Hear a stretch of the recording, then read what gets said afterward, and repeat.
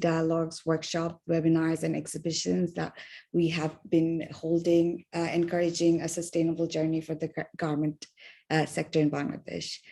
In my professional life, I'm a natural dyer, and I've been working in the craft sector for over a decade now. What we're trying to do with Orno and Bengal Craft Society is develop a green value chain in the fashion retail sector in Bangladesh. Our aim is to offer better livelihood programs for marginalized women, artisans, and craftsmen. Fashion Revolution Bangladesh has been working with FOS for this second edition now, and I'm happy that Rehumur Rahman, a British Bangladeshi designer, was selected for FOS and the COP26 event. I'm even happier that Rehumur Rahman is opening the communication about his brand and his work and partnership with Orno. Thanks, everyone.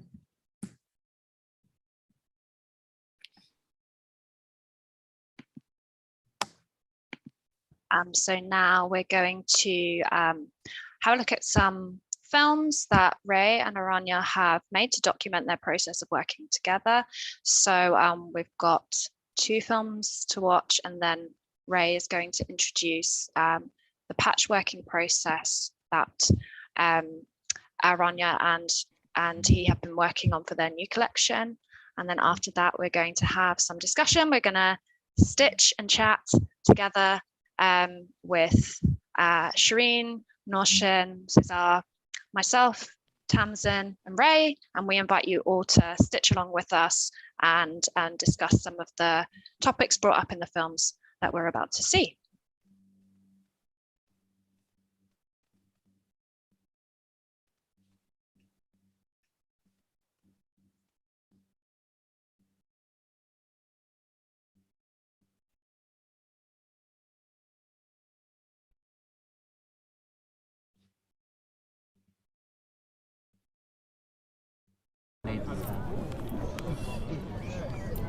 This little light of mine, I'm gonna let it shine. It says best 10 accountants. Bruv, this is not coming up.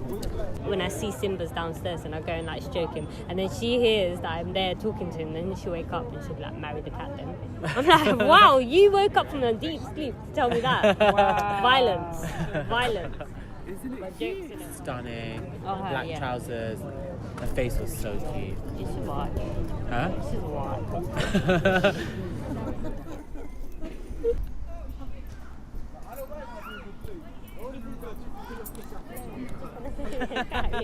And it's 3 o'clock in the morning, you're making breakfast. Just breakfast. You know what meme that is? Have you seen that meme? No? You know Wait. Which one? You're gonna have to find it. Go on Google.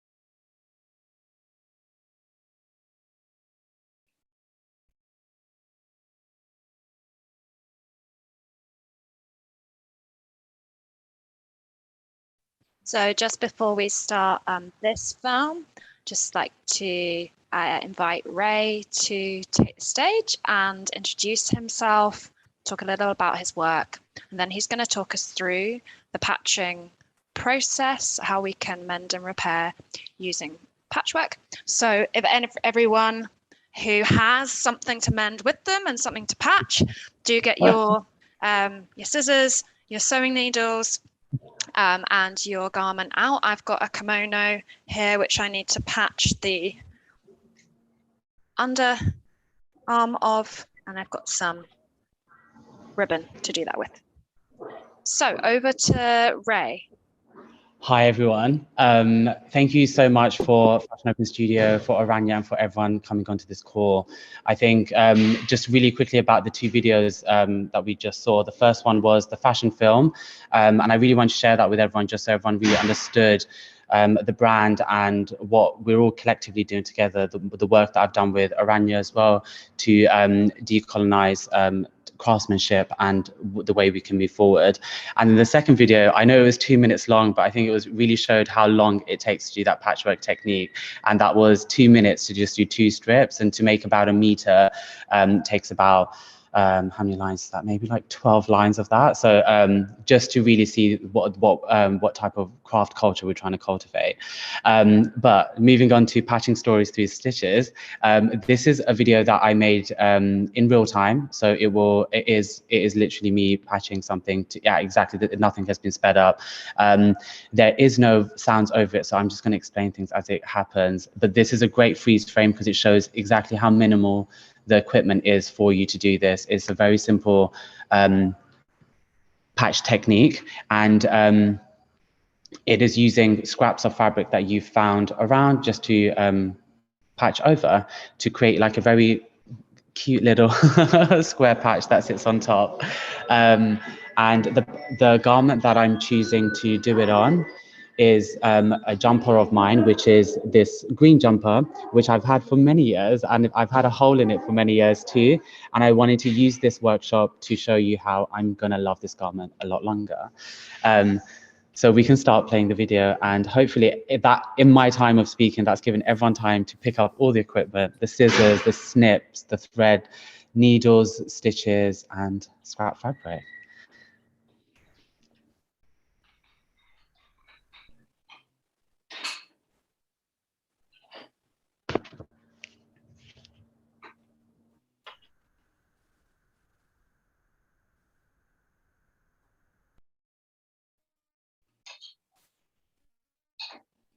So this is a gorgeous fabric that I've had for many years. I collect things, and for anyone who joined the last Fashion Open Studio, saw into my studio, so I have many boxes of just random fabrics that I've had for opportunities like this.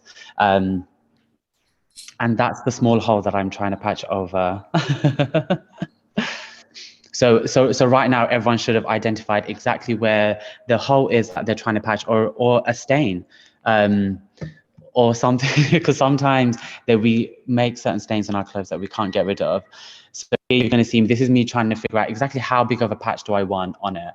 Even though the hole that I've got is tiny, how big do I want to go? And I just thought this fabric is really beautiful. So what I actually wanted to do was actually work to the fabric. So this is me trying to work out a square that kind of looks like a 1970s kind of like damask wallpaper carpet thing, which for anyone who's followed the brand will know that I'm obsessed with. Yeah.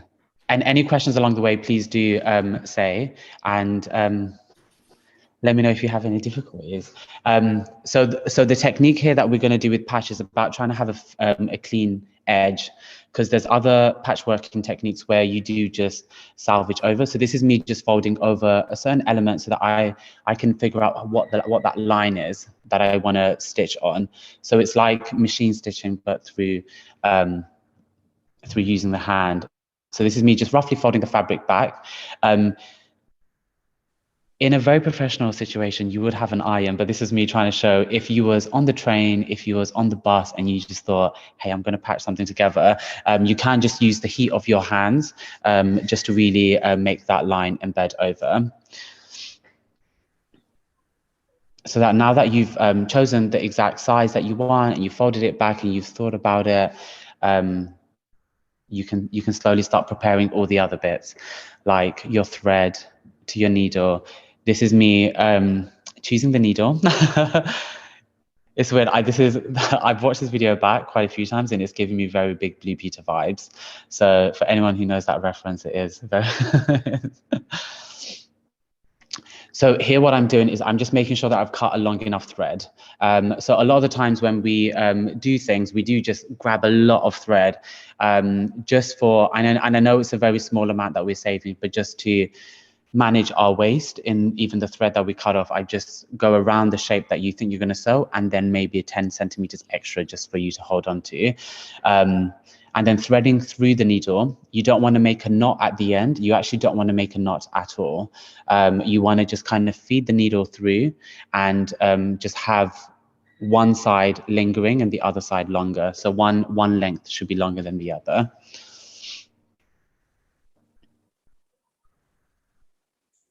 So here you can see the technique that I'm doing, which is finding the edge of the fabric that you want to sew to the edge of the patch that you want to sew to, and lifting them both up like as if you're like two folds of a page of a paper. And your first stitch, you just want to go in the same spot, maybe 2 or 3 times, and you'll feel it when you pull the needle and the thread, it should come with you. So it's like locked in. That first stitch will come all the way out. So as you can see, I'm trying to bring it closer to the screen.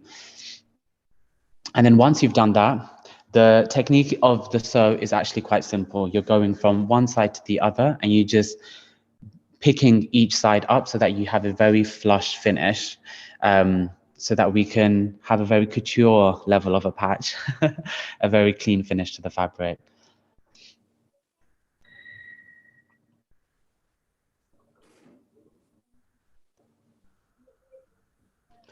Thank you so much for coming, Nayab. And I do hope that you've taken away the technique of the patchwork so you can continue to do this work. So this is the bit where we are just going to continue all the way around, just making sure that we stitch along that line. I've stuck to a square shape, but once you've done this quite a few times, you're going to find you're going to show off. You're going to start doing stars and circles and as whatever shape you kind of want to draw. But at the moment, we're going to start with a square. But this is as simple as the technique can go. So if you think about it, it's just 2 pieces of folded paper and you're using the thread to bind both sides together. So just kind of using that fold to actually be the bit that the needle kind of feeds through. And if you think about it as segments, and that's why I chose a very strong color like red. So you can see, so I would first take maybe 3 or 4 millimeters from the red, then go to match it, almost like a ladder, 3 or 4 millimeters to the green, and then go back to the red, to the green, to the red, like steps. And then when you finish coming to the edge, you will see that it has stitched together.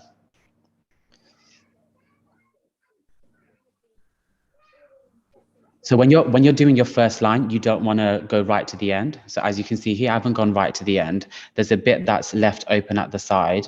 So this is where I'm going to use the opportunity, like you would fold a piece of paper in. I'm just going to fold this fabric back, like we did the initial bit, just to make sure that we get a really clean line. And obviously in all times of luxury, you would use an iron, but I was trying to, you can, in certain situations, just use the heat of your palm. That will act as a mini iron. So this is me just figuring out exactly what type of line I wanted to do. And then once you have, hold it down and just tack that corner in. So kind of like you did at the beginning, that 2 or 3 stitches in the same space, like a tiny stitch, like a 1mm, 2 mm stitch. This will just hold that corner in so we get a really clean line. And as you can see here, I'm just really making sure that that corner is stuck in, because usually when you do patch things onto fabric, it can very easily lift up.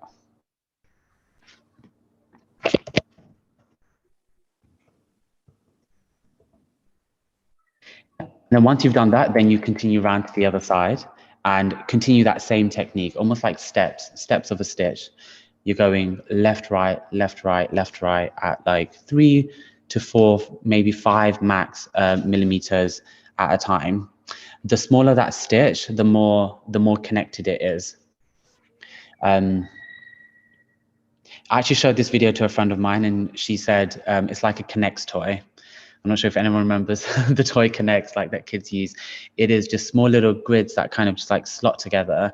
We're almost doing that same technique, but to make sure that we get a very clean, flush edge to the patch when we sew it on.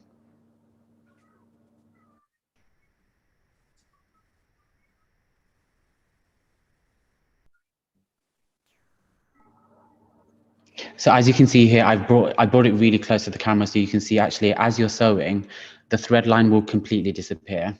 So what you're actually doing is you're sewing into the 2 folds instead of it being a visible stitch on the outside.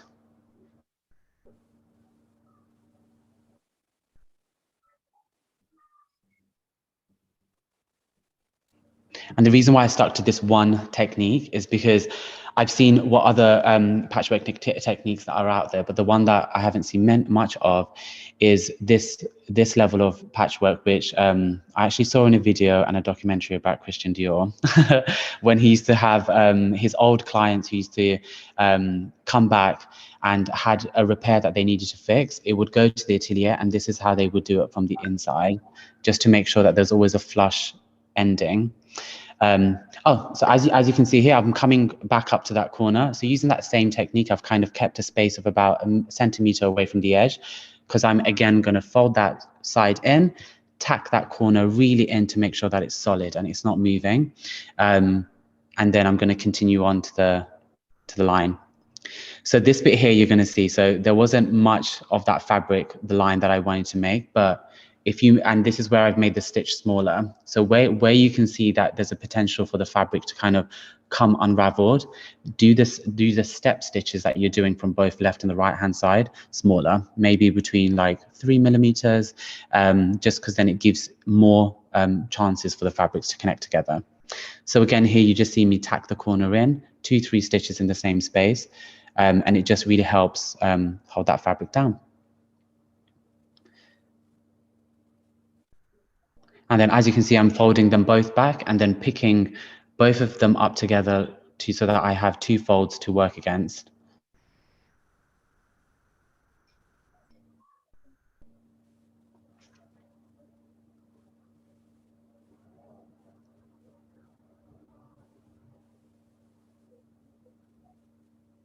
Yeah. So you can see, so that first stitch comes straight from the corner, and then you just continue your stitches like steps on the floor, little bit by little bit. How is everybody else doing? Feel free to turn your mic on and let us know how you're doing. I'm not as neat as you, Ray. I don't think I've quite got the couture finish, but I'm lucky that I've got a ribbon, and so ribbon, I've got an edge that I don't need to fold in. Ah, that is, yeah. Non-fraying edge. Yeah. Ribbon is actually a really good thing to use for patchworks, because you can actually stitch them in on the edge, and you get to completely design. You can patchwork a rose down from just doing it in circles. It's completely open, but that is the main reason why I really like this technique of patching, is because it eliminates the idea of it eliminates the chances of the fabric fraying. So this patch will last a lot longer. Yeah.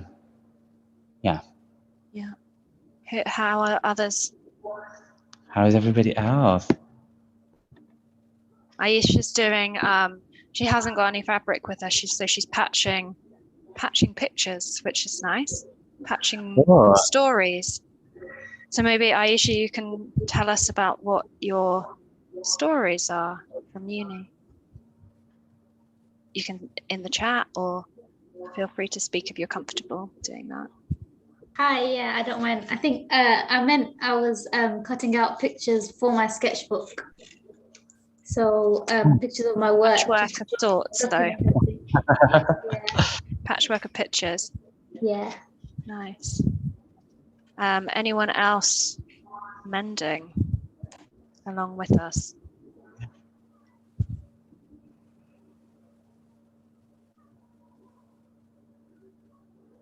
So, oh, sorry, just this is the last line that I'm doing.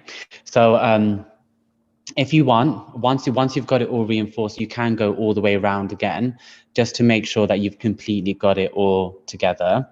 I haven't in the video, but it definitely is something that I would recommend, because it's going to ensure that that patch is not going anywhere for a considerable number of years.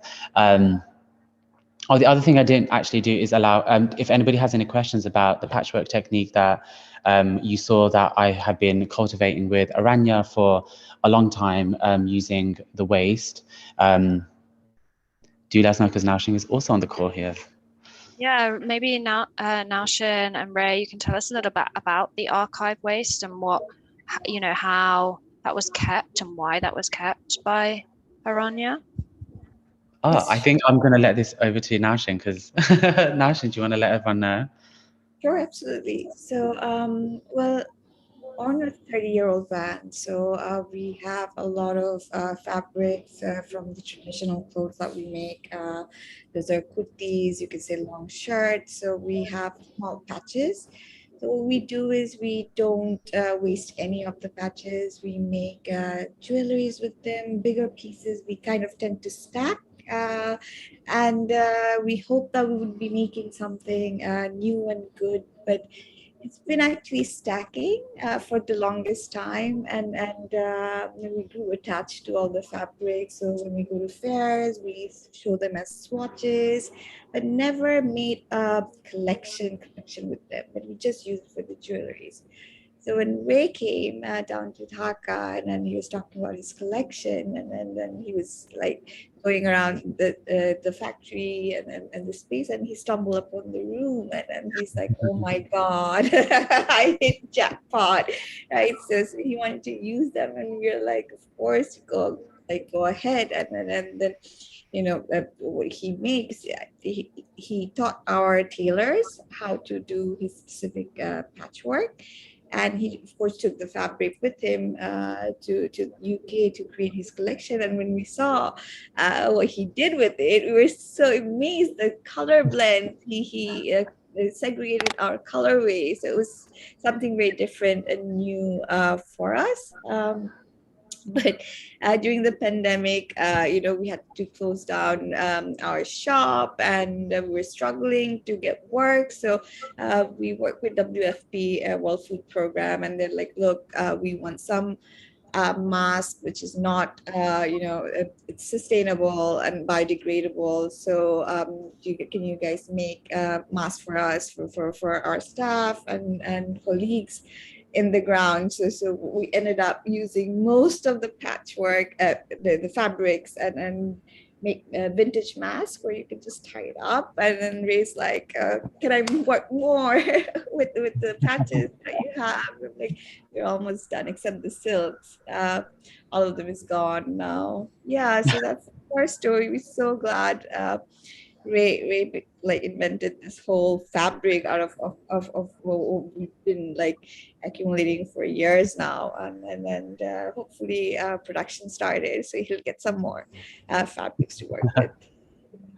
No, I really remember when I first came across that room. I just remember going straight to Nash and be like, oh my God, have you seen this room? And I was like, this is amazing. I was just so amazed by how many years of history was just being held there. And then the more that I was organizing, and obviously then I was asking questions, and Shireen, who's also on this call, is amazing as well, because I remember just showing samples to Shireen and been asking, when was this made? And you can really see the evolution of how everyone at Aranya has really pushed craftsmanship. You can see the colors that have really started to come out, the difference in block prints, and I really want to celebrate that. And even the diamond itself. So very small technical thing. So the reason why I chose that diamond to the specifics that it does have is that when you do cut it on the grain, because of where you're seaming them together, when the fabric hangs down, it creates the illusion of a bias cut, which I think is a very sexual type of fabric for that women tend to use a lot, and I really wanted to use that to create other types of clothing, because I think once we play with the bias, it was, yeah, for me, I really enjoyed that part, is actually playing with the technicality with it, sitting down with the artisans, the amazingly skilled artisans at Rania, and actually just explaining to them this like weird idea that I just came up with in the office. And then it was really lovely, because then we were all just sat around this table cutting these diamonds out, organizing massive bags into like colorways, and then thinking about how we can make them exciting. So even in like the yellow tone, I really wanted to add like elements of a purple, so that there was something to bounce off of. The green had elements of the red, just to really tie into some of the color references that I was seeing. But I'm so grateful that National was just like, yeah, go for it. Like, and there's been nothing, and this is why I think it's quite amazing about the work that we've done, even with the block prints too, is that any far-fetched idea I come with Nationals, it was like, how can we do it? And then I run to the artisans, I'm like, how can we do it? And then it's just like this collective effort to be like, how can we do it? And when it does work, and I think the block print, it really does work, and the patchwork really does work, it is, like National saying, it's quite like, it's just such a great feeling. And yeah, I'm very lucky. Oh, sorry, I also realized that the video finished. So so for everyone, I'm going to invite Cesar, Cesar here, and Ray. Ray, if you can turn your video even on for a short time, that would be lovely. Ray has unfortunately had a slight nightmare in that the space he was in have had an emergency and had to empty out. So we're improvising a little, but we may be able to say hi to Ray if he can join on his phone and give us a wave. If not, he will be here as a sort of overarching presence on audio. So we're coming now to Sewing Circle, part of this event. And so if you would like to turn your video on and come and sew with us, then feel free to, just to remind you that we are recording and live streaming. So we totally understand if you don't want to do that. There's Ray. Hello. Okay, so what we're going to do is we're going to hear a little bit from Cesar and on the work that they're doing, and also from Norshin. And what we're really exploring here is how the practice of the work that Aranya do and Bengal Craft Society do connects to fashion and nature. So how what they're doing with fashion and jewelry is conserving and restoring nature. So I'm going to put that out there as a question, I guess, for both Norshin and Cesar, to say, yeah, how is what you're doing having a beneficial impact on nature? How is it putting back into nature? I think, Norshin, are we going to hear from you first? Yeah, I think I can go first. Bengal Craft Society, we founded it 5 years ago, but Orn has been there longer, 30 years. So the reason we started working with Bengal Foundation as a Bengal Craft Society as a non-profit was that we couldn't reach the hard-hit communities with a for-profit model, non-profit model, where we're just focused on helping the rural communities, the artisan communities works better. So we divided our work that one will make the money and support the non-profits. So Orno kind of supports the Bengal Craft Society. So Cesar is a fellow Acumen with me. He's won a lot of awards. He is founded Creative Conservation Alliance.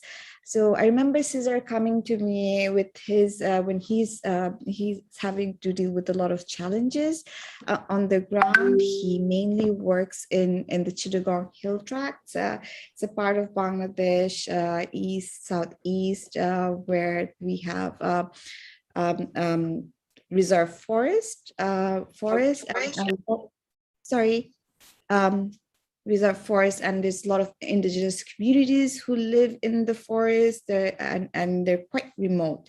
So I guess he can explain more about what he's done, but he's when he came to us, he's like, we need to find alternative livelihood for these women, because it's kind of, putting a pressure on the forest and the animals that there is, because they're hunting, they're slashing and burning. So that's when we went, did an asset mapping of the community to see what they can do and how we can work with them, and started having workshops and created this amazing jewelry line, which was like well received by our consumers. But yeah, and then Caesar's always in the ground, because CHT is a conflict zone. There are a lot of pockets. It's very complicated, so you have to take special permission from the military to go there. So he's been working. He's our eyes and ears in the ground. And yeah, Caesar, would you like to speak more about what we do and what you do? Yeah, you explained that pretty well, Hima. Hello, my name is Caesar. I'm a conservationist based in Bangladesh. I'm a founder of Creative Conservation Alliance. You're a non-profit conservation organization. We're impact-driven. We primarily work with the local communities. We conduct research on wildlife. We work with the government agencies, and we work with the other partners to provide support and livelihood for the local communities, the forest-dependent communities, to protect wildlife and its habitat. So for the last 10 years, we have been primarily focused in the southeast of Bangladesh in the hill tracts, as Hema explained. In that region, it's very different from the rest of the Bangladesh. Geographically and culturally, the region resembles more of Southeast Asia. It's a very remote area. It's difficult to access. And we still have some of the last remaining primary mixed evergreen forest patch in the country. And we have like about 34 globally threatened species. And we discovered a number of species not thought to be occurred in the country, especially turtles and tortoises. And so the communities are primarily dependent on the forest resources. They do slash and burn, which is a shifting agriculture method to grow rice and other crops for subsistence. And they also practice subsistence hunting. That practice has been done for hundreds of years, but now with the human population is increasing, the communities have losing land from outsiders, the forests are shrinking, so slash and burn and hunting is not sustainable anymore in many places. So we are working closely with the local communities and making them, reviving the practice of conservation. We are supporting them to reduce their dependence on the forest resources. So part of the work we do, we are focusing on some of the most threatened species in the region, the turtles and tortoises. The picture on the left is Asian giant tortoise, which is considered one of the most primitive tortoise in the world. The species has been roaming in this earth more before the dinosaurs exist, and they're still surviving. And they are the largest tortoise in Asia, and they're very, very unique species. So they are critically endangered. Only few of them remaining in some pockets in the hill tracts in Myanmar and Northeast India. So what we have been doing, we established a conservation breeding facility. We rescued few animals and started breeding the animals. I see in the picture on my right, that's the incubator. Can I go on the next slide, please? So we have been breeding them in captivity. Our goal is to increase the number in captivity and eventually release these babies back in the wild. You see some of the hatchlings that we have bred for the first time in captivity. And so the good news is that this year we are planning for the first time ever reintroduction of some of these baby tortoises back in the wild. We will be releasing this species, the specimens, in an area where they have been absent for 30 years. This would be a big milestone for conservation in the country. So that's one part of the solution. And then when you release them back in the wild, we have to ensure that these animals are not being hunted to extinction. So we have been working closely with the communities, and that's where the work with Arena comes. We started a project in 2016 providing providing market access for some of the craft that the local artisans make. They make jewelry, and they have some other handloom. They have some natural dye like the indigo. So together with Arena, we have been facilitating or helping Arena to create the market access for some of the products, so that it's a win-win situation for all.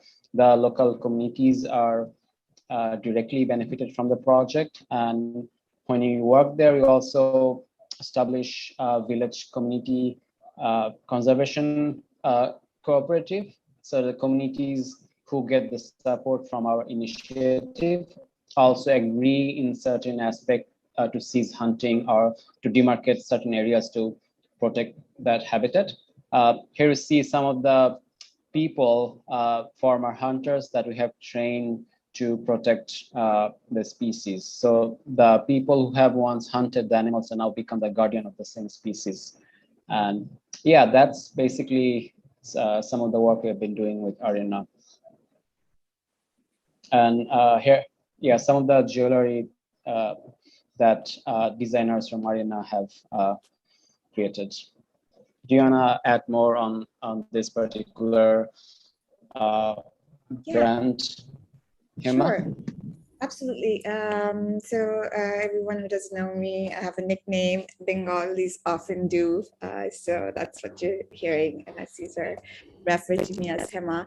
So when we went to the communities, the first workshop, so we designed, because they're indigenous community, we kind of designed the workshop as a knowledge transfer workshop, where they teach us how they beat their jewelries, and we kind of teach them how we do our beaded jewelries. And we learned that their beading ways are alternate in not pairing.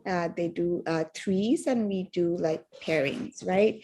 So we did two collections with them. One is atong and one is jambok. Atong means jewelry in their Moro language, and kambuk is a specific jewelry that they do.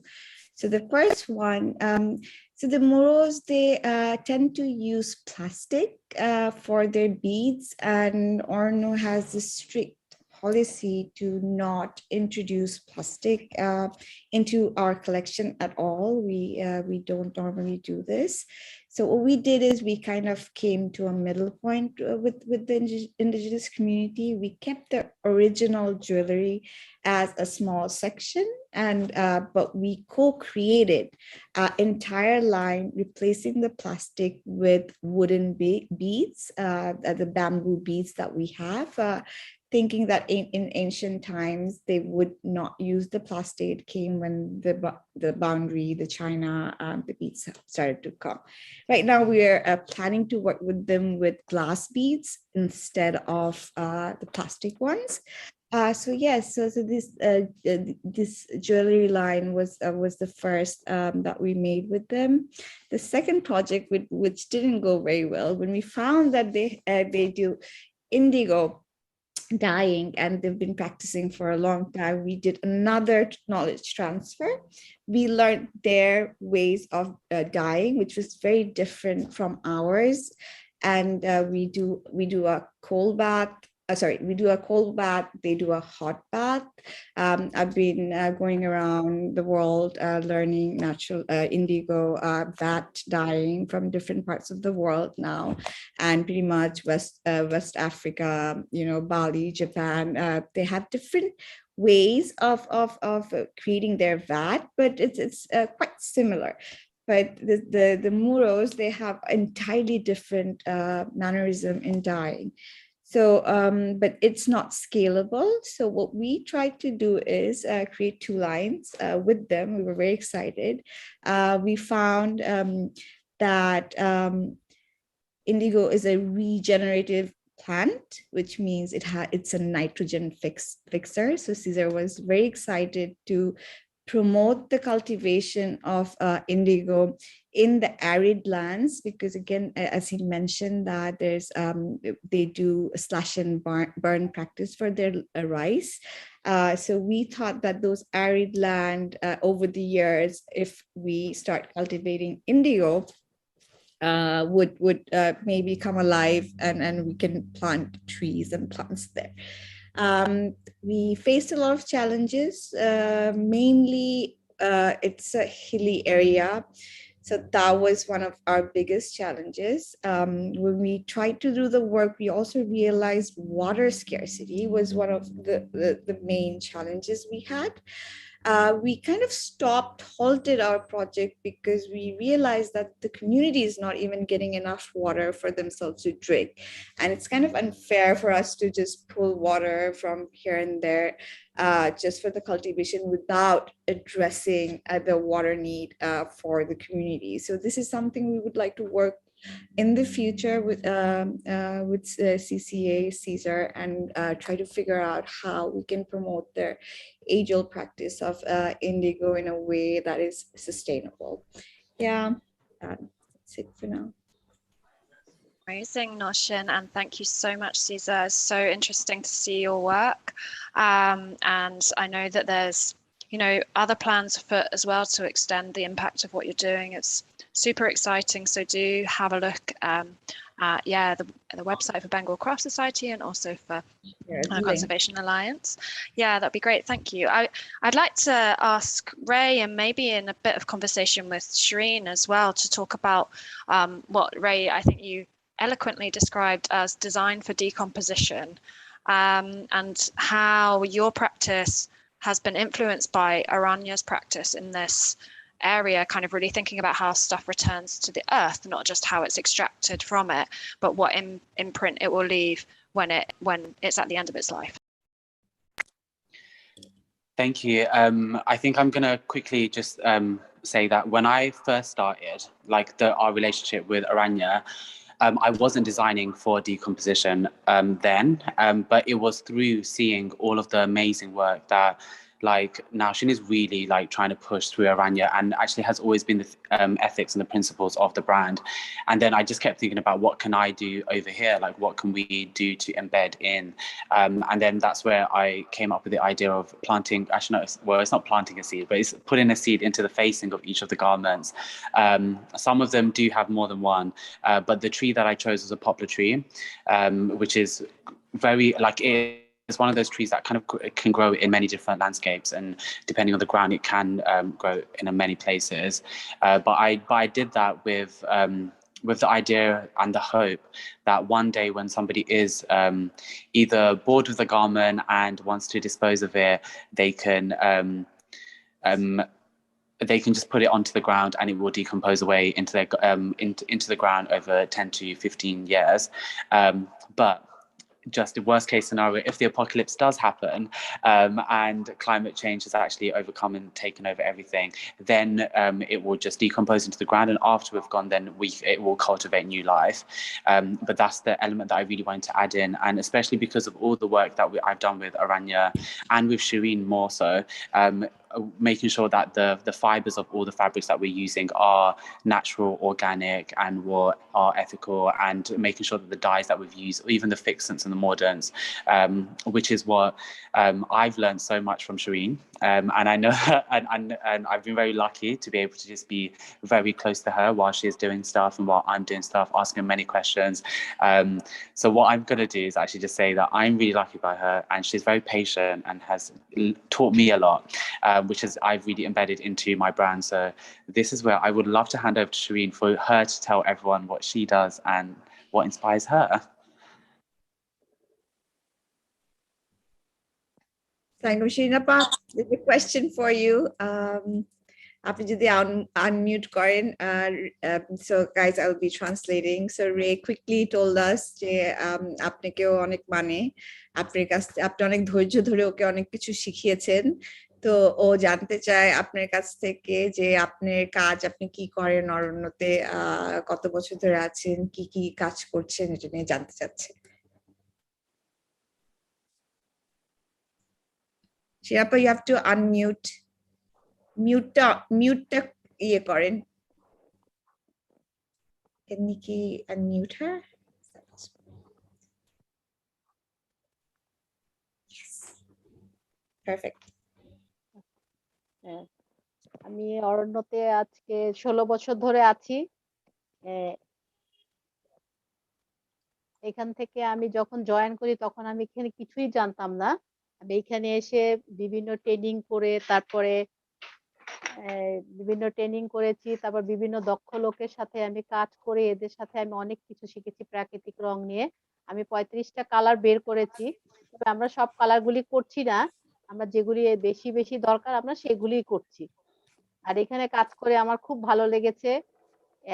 আমাদের প্রথমে Syeda Ruby Ghaznavi ছিল, এরপর নওশিন খায়ের আপা এসেছে, ওনার কাছ থেকে আমরা অনেক কিছু শিখেছি। উনি আমাদের নতুন নতুন করে, ডিজাইনার ছিল না, আমাদের ডিজাইনার এনেছে, ডিজাইনারদের সাথে আমরা কাজ করছি, ডিজাইনারদের সাথে আমরা ভালো ভালো ভাবে ওনারা কিছু ডিজাইন দিচ্ছে, ওগুলি থেকে আমরা বিভিন্ন স্যাম্পল করে ওইটা আবার আপার কাছ থেকে পারমিশন নিয়ে ওইটা আমরা মাস প্রোডাকশনে চলে যাই। ওইটা থেকে আমার প্রোডাকশন হয়, প্রোডাকশন হলে ওটা আমাদের ফিনিশ গুডে চলে গেলে ওইটা আমাদের দোকানে চলে যায়। আর বিভিন্ন ধরনের কাঁথার কাজ আছে আমাদের এখানে, গ্রাম্য মহিলারা যারা আছে তারা ওরা আমাদের কাছ থেকে নিয়ে যায়, নিয়ে ওরা এই কাঁথার কাজগুলি করে অনেকেই স্বাবলম্বী হয়েছে। তারপরে আমাদের অর্থনৈতিক দিক থেকে ওরাও অনেক আগিয়ে আছে। এভাবে আমরা অরণ্যতে কাজ করছি। Thank you, Shireen Appa. So I hope I can do justice in terms of translating. But she said she's been working in Orno for the past 16 years, and when she came into Orno, she didn't have any knowledge about natural dye. Ruby Ghaznavi is the founder and the visionary of Orno. I've been her apprentice for 6-7 years, so there's so much to learn from her. So what she did was single-handedly revived the practice of natural dye in Bangladesh. So Shireen went through a lot of workshops abroad mainly, and learned the ways of dyeing. And finally, I think FAO funded a research program where Shireen was there as well. They finally, Shireen firsthand found 30 different colorways from different ingredients, which were color fast. They've tried many, but they came down to 30 ingredients, color fast ingredients, and ever since they've been working with this. She said that we have about 400 women, Nokshikatha women, that've been with us also for many years. So these ladies, they're home workers, and we have developed team leaders who manages these women. They've become old now, and one of them, anyways, passed away recently. That's really sad. But anyway, so I'm losing track. So she said that through our work, we support their livelihood. Their kids can go to school. After recently, we have new designers support, like Ray and then local designers who's been making products back home. And she also explained the process that we have. After the sample, we do production, and then it goes to the store or our buyers. Thank you, Shireen. Thank you, Noshim, for translating for us. I think Tamsin's got a question. Tamsin, do you want to pop up on screen? And hi. Hello. It's so interesting. Thank you all. I first wanted to ask Caesar, is that actually the view out of your window, or is that like a digital backdrop? Yeah, it's a backdrop of a picture of a forest that I work in. Yeah. I was trying to work it out. I was trying to see if the sky was moving.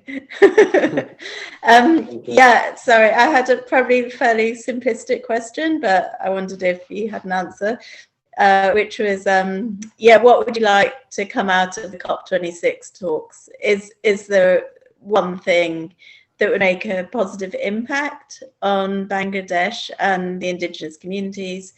And I realize that's a big question and probably quite a simple kind of answer, but yeah, are you kind of looking at the COP26 talks with any sense of optimism or hope, or, you know, yeah? Sure. I mean, I think a lot of these problems are also very much on the local. And I think what we really would hope the government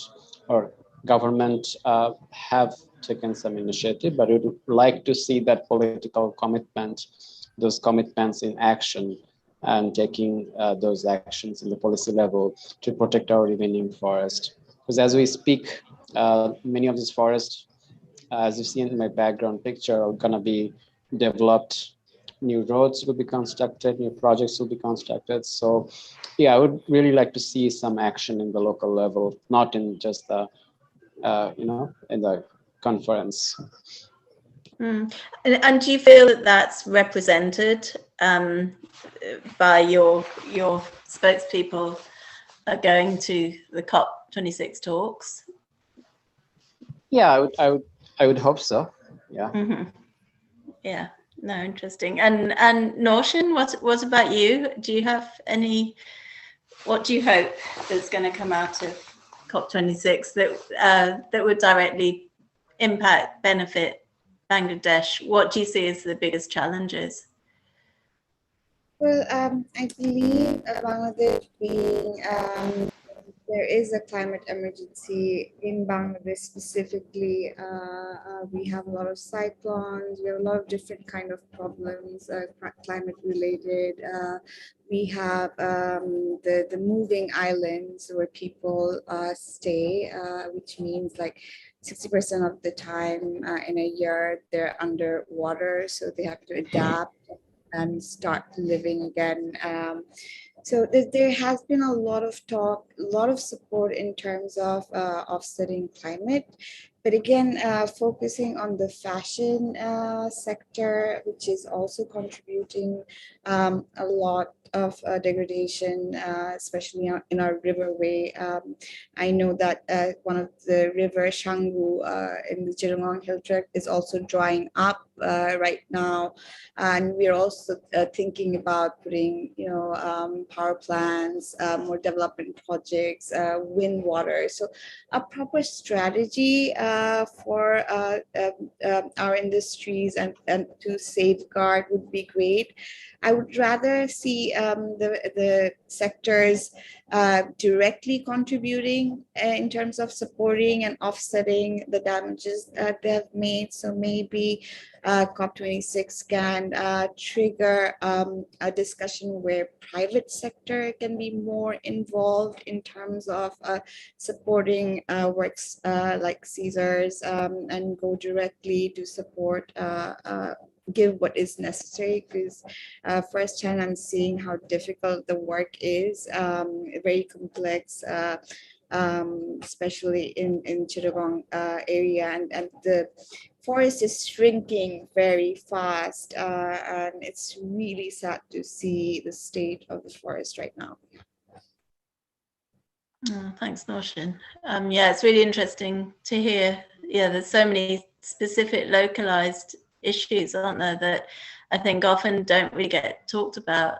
But, you know, I wonder what Shireen would want to see as well, and Ray. So we have the full myriad of perspectives on, yeah, what would Shireen want to see from COP, Ray? What do you want to see from COP as well?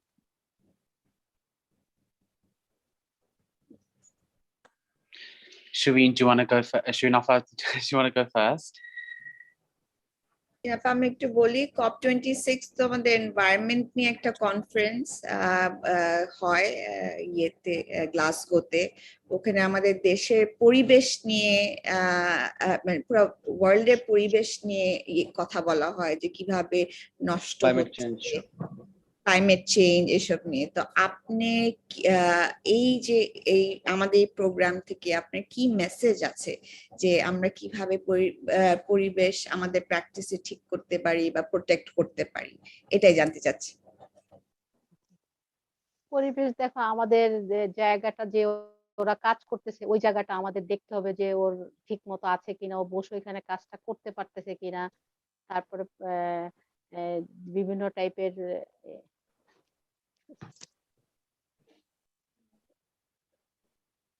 এই আমাদের যে কাজগুলি যে আমরা করতেছি সেগুলি পরিষ্কার আছে কিনা সেটা দেখতে হবে। ওদের পোশাক আশাকটা আমাদের দেখতে হবে, ওরা পড়তেছে কিনা ওইগুলি আমরা ওইভাবে ওদেরকে অ্যাফ্রন দিয়ে দিচ্ছি, তারপর আমরা বুট দিয়ে দিচ্ছি, ওদের দিয়ে দিচ্ছি, ওইভাবে আমরা ওদেরকে ওইভাবে পরিবেশে করতেছি। ওইদিকে আমরা কি খেয়ালটা রাখি ওরা ওইভাবে কাজ করতেছে কিনা।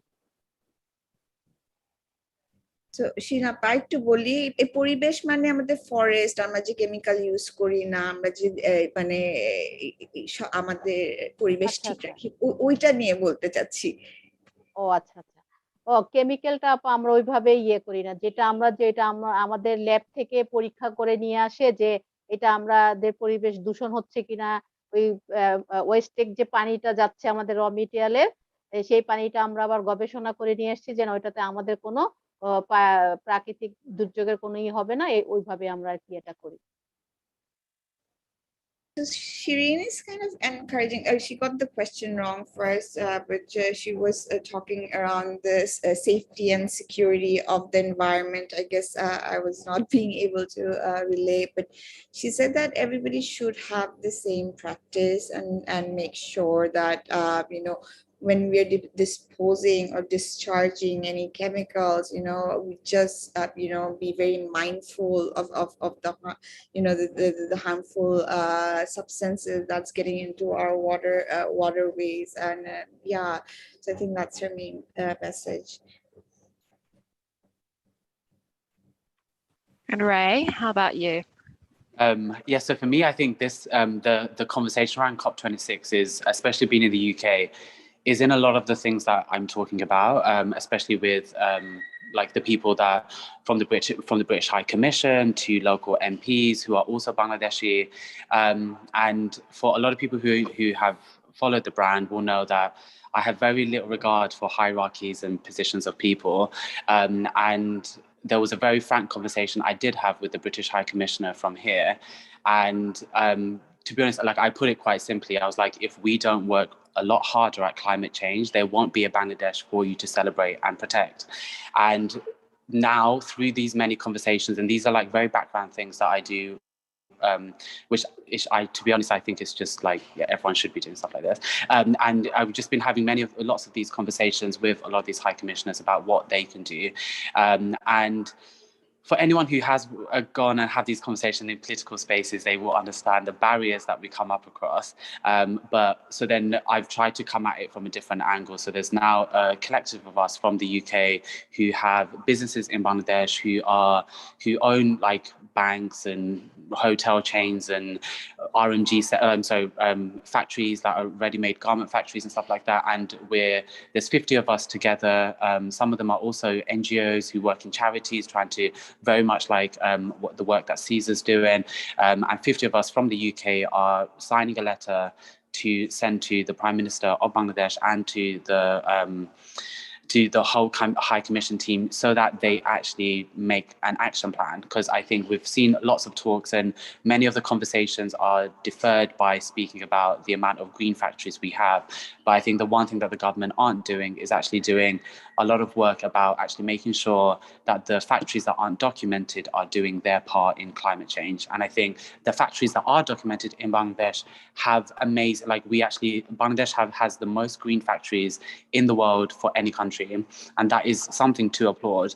But the bit that we do need to work a lot harder at is in the factories that aren't documented and how they're managing their waste. And where a lot of us are quite lucky because of the situations, the lifestyles that we live, is that in certain parts of Bangladesh, be it in the cities and in very like dense areas, those are getting a lot of attention because that's where the very influential people live. And I think the bit that we really need to focus on right now are those Indigenous communities and go further. And I think for me, that's what I'm going to work hardest towards through COP26, is to make sure that there is a lot of people who are Bangladeshi who are asking the government to do better, because if we don't, there won't be a Bangladesh to celebrate or protect. And that's where I'm at. Yeah, no, I mean, it's really kind of, it's quite chilling to hear you say that, because do you think that there is the appetite to legislate? I mean, particularly in Bangladesh, there's such a reliance on the RMG sector. It's the perfect storm, isn't it, for the fashion industry and all the negative impacts of the fashion industry, unregulated factories, and the impact of climate change. I do think it's shifting, and obviously, like Tanzmi, yourself, you've obviously we've been in conversations for a very long time, and I think what has changed is the mindset, because I think, and the data that's come out, and obviously before, and I think a couple of years ago, for a lot of the people that I spoke about who are in politics and who are in very governmental positions, weren't taking these facts and these figures that we were saying from Fashion Revolution side and from Fashion Revolution Bangladesh and everyone together, they weren't taking heed. And I think now that it's come to governmental, like now it's down to, it's an existential issue that we have to deal with. Now I think there's a lot more weight to it, because they're actually understanding that if they don't do something, they won't have a home. And I think it's for me, it's really that simple. And I think and I think the conversations are now coming into this space where they're realizing they have to do the work now, because if they do the work when the emergency starts, it's already too late. And obviously, there's been so many of these talks at UN level, at COP26, and obviously COP26 has been going on for a very long time too. And for governments to listen now, I think for me, there's a really big glimmer of hope, because it means that they're understanding what we're saying. And to be honest, none of us, all of us in this room we've only just got better and more nuanced at what we're saying, but actually at the core, we've been saying this for many years. It's just really nice to see that those in power are taking the time to genuinely listen to us all. Sorry, that was a really long-winded answer. I have a comment in the chat here from Judith. I don't know, Judith, if you want to unmute and make the comment, or if you'd prefer me to read it out, I'm happy to do that. I'm just leaving a pause, but I'll read it out. So Judith was saying it would be really amazing to see, to document what artisans and workers in Bangladesh think the problems and solutions are, especially, you know, ahead of COP. And I'm just wondering if you guys are aware of any initiatives like that bring artisan and worker voices into the conversation in COP. I haven't really heard of artisan groups, but there's ULab. We have a colleague in Fashion Revolution who heads the sustainability department in the ULab University. So they're working on climate change and its mitigation. So she must have different groups of vulnerable groups who are in the verge of climate change or the flooding, and definitely will have some sort of feedback from there, but not specifically the artisan group. And so how about Indigenous leaders? Because there are delegations of Indigenous leaders participating in COP, coming as delegates. But how about from the communities that you're working with, from the Chittagong Hill Tract?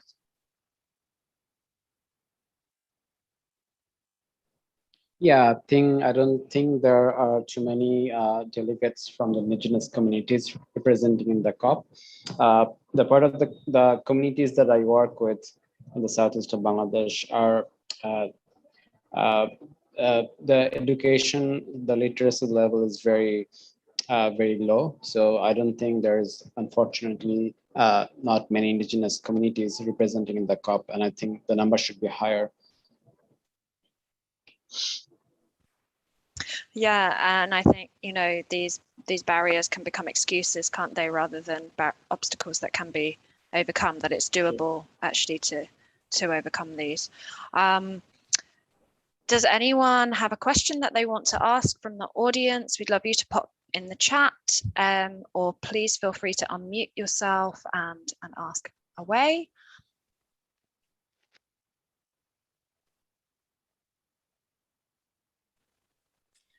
While everyone's taking a moment to think about what questions to ask, I'm just going to add to what Caesar was saying, is that most of the time in these spaces, people, when the conversation of Bangladesh is happening, it's usually about ready-made garment factories and of everything on that level. But actually, historically, what Bangladesh is celebrated for, which is what's in the archives, what in many historical conversations, is the crafts. And those are the conversations, and this is why I feel so lucky to be able to share this platform with Caesar, with Naushin and Shireen, and everyone else who has done amazing work, especially in Bangladesh, because I think this is the bigger conversation. It's not, because I think Bangladesh for many years has been known for its crafts communities and the people who do the work. And I think we need to kind of like slowly make our way back there and slowly come away from this idea that Bangladesh is only for RMG, because those are the conversations that are happening at governmental.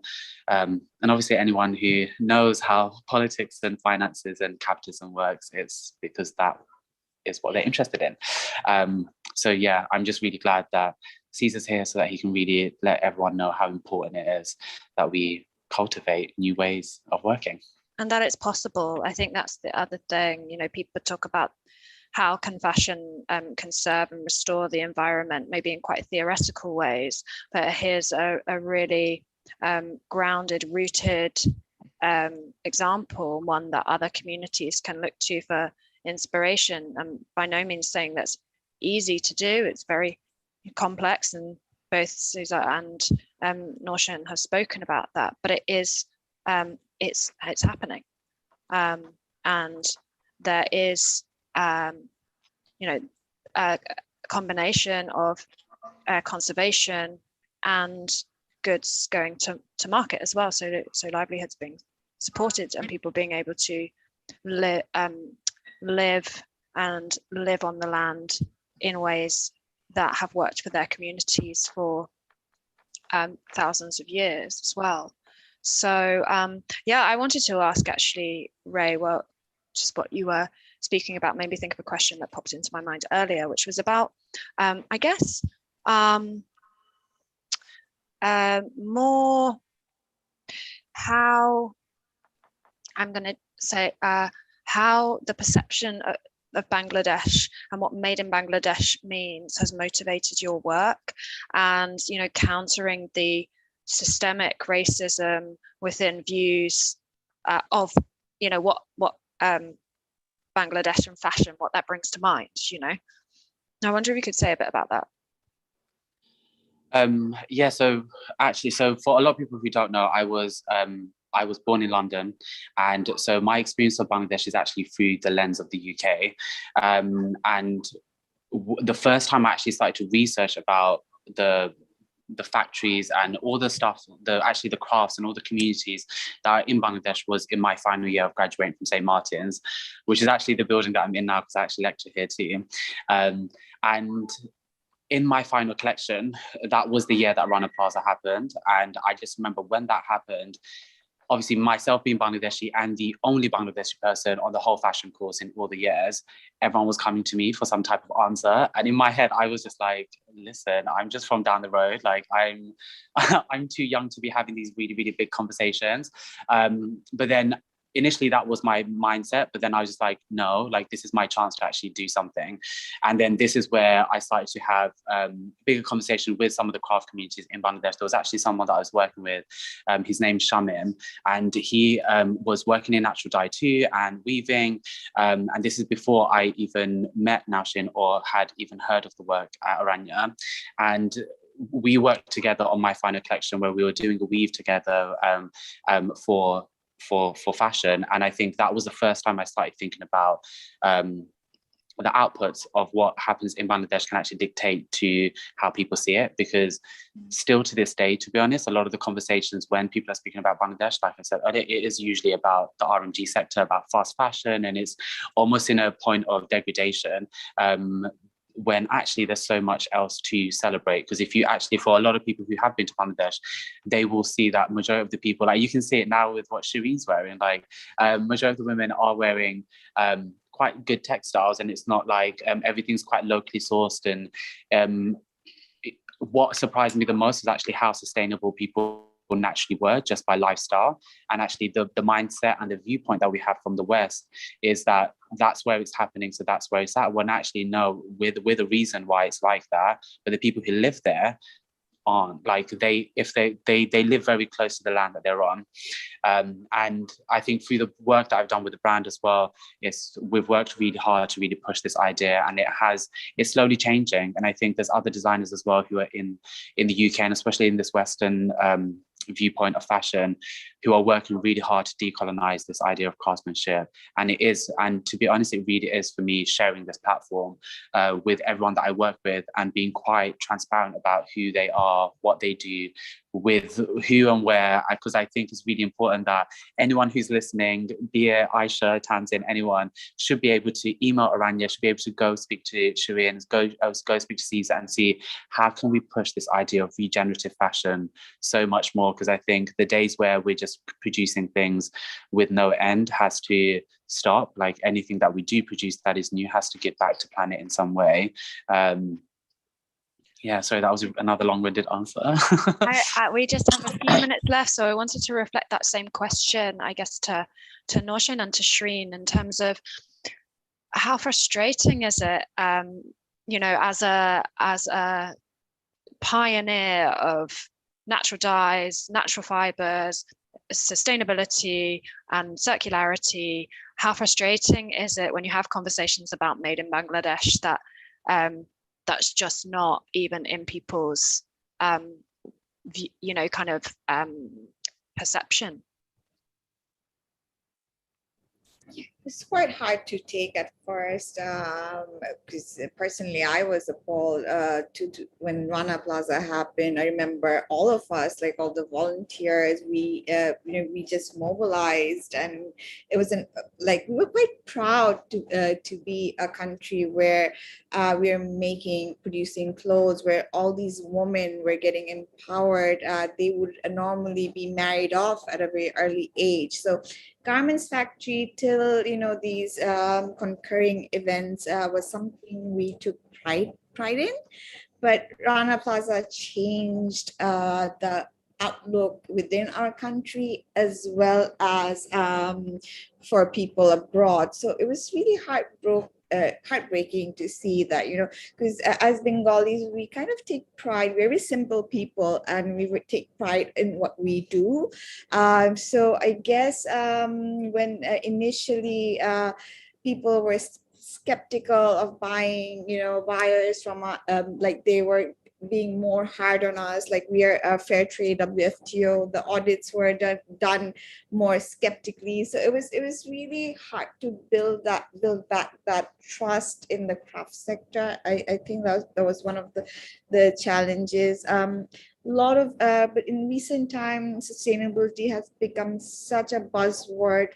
It's become even more harder, I think, for us. So we've been having to basically prove ourselves more where this was already in our values and objectives. So it's just, I think, with so many different layers to what we have to do, it's quite challenging. But from Arno, I can say that we're trying to adapt also to the policies it's set by the EU or the overall Paris Agreement. So we're aligned, and because it was just us alone, right? It's just not us, but there are different NGOs who's been working around crafts. We thought that we were a community, crafts. So the most interesting thing about the craft sector is that the whole world is a community. We often go to conferences, we transfer knowledges and adapt to things.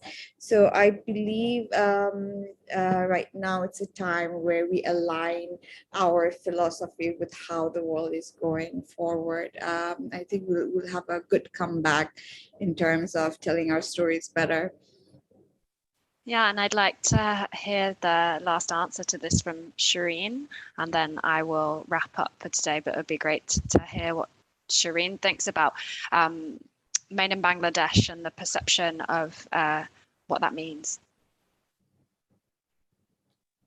So শিনাপা আপনি কি জিজ্ঞেস করেছে যে made in বাংলাদেশটা আপনার কি মনে হয় কি মনে করেন আপনি আপনার ইয়ে থেকে এটা একটা ডেসক্রিপশন চাচ্ছি মেড ইন বাংলাদেশ এটা আমাদের দেশের যে কোনো যদি প্রোডাক্ট হয় সেটা আমাদের জন্য ভালো মেড ইন বাংলাদেশ শুনলে আমাদের কাছে ভালো লাগে যে আমাদের দেশের প্রোডাক্টটা ওনাদের দেশে গিয়েছে বা ওইখানে ইয়ে হচ্ছে এইটাই আর কি বোঝায় She's saying she feels proud when she hears the word made in Bangladesh. She thinks when it reaches another country, she feels good that what she has made reached the West. Thank you. I want to say a huge thank you to Ray and to Norshin, to Caesar and to Shireen, to Fashion Revolution Bangladesh, and to the British Council who are supporting this program. I finally want to say that Ray is going to be in Blackburn tomorrow running a workshop on the patching technique as part of the British Textiles Biennial. So if you happen to be in Blackburn visiting the Biennial, or if you joined this call from the community around British Textiles Biennial, do pop down. The workshop is at 2:00 in the Homegrown Homespun workshop. And a big thank you also to the British Textiles Biennial for partnering with us on their program. It's really exciting for us to be able to take this on the road before we go to Glasgow, and we will be on the road in Glasgow between the 5th and the 7th. You can see the event program on the fashionopenstudio.com website. So if you're in Glasgow, living in Glasgow, you're visiting Glasgow for COP, please join us there as well, and you can have a go at patching. We're going to be working with Rags to Riches, who are a community organisation based in Govan Hill, Bath. So we're very, very excited to bring as many people into Ray and Aranya's process as possible. And I'd also encourage you to see what Caesar and Norshin have in the pipeline as well for the work that they're doing and expanding that. So a huge thank you to everyone for joining us.